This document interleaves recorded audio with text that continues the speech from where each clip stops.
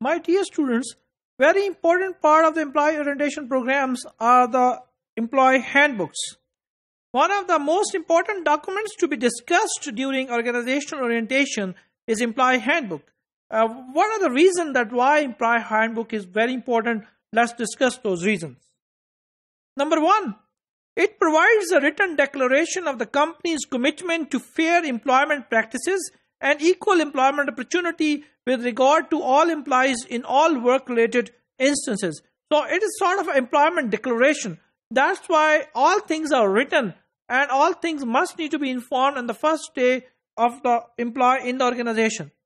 Second, it expresses the basic philosophies of senior management through both content and tone. So it expresses the basic philosophies so you can understand that what the company is and what the contents are important to the company.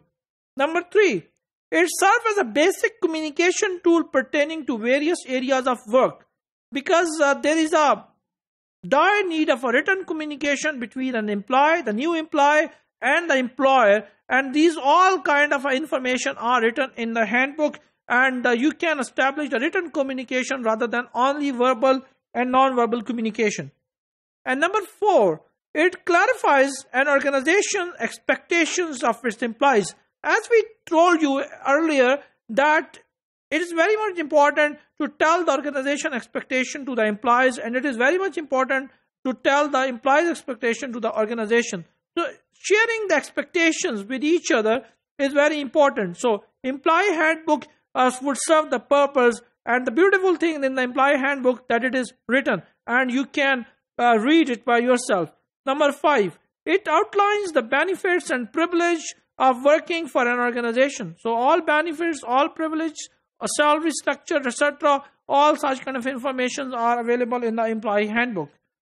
An employee handbook contains many of the topics typically discussed during orientation.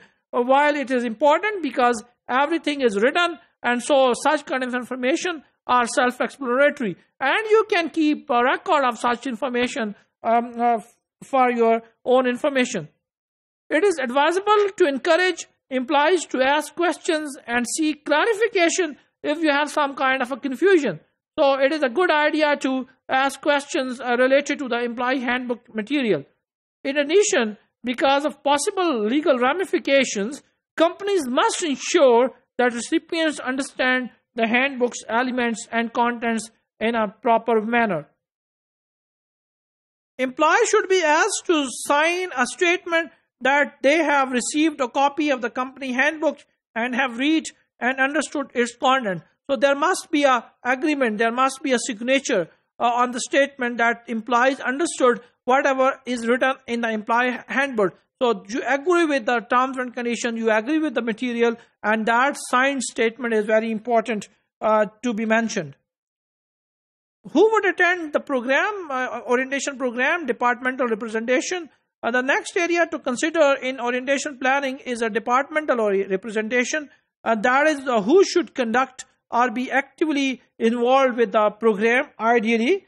So following people should be included as a part of a departmental representation, different departmental representation.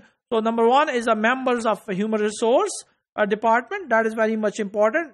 Ideally, human resource head must be there. Then number two, experts in the specific areas which are going to be discussed in the employee orientation program.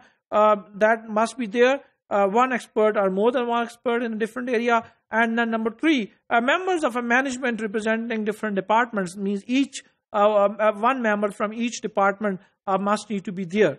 So you can make the employee orientation program a serious activity.